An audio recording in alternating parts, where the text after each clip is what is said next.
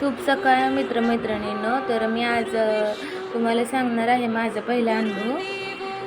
तर मी इयत्ता 8वीमध्ये होते आणि माझ्या आईबाबा लहानपणीच वारले असल्यामुळे मला जास्त काही देवावर श्रद्धा नव्हती. पण मी म्हणजे आठवडा एकही वार न पाळणारी मुलगी आज वशाट्याला हातसुद्धा लावत नाही.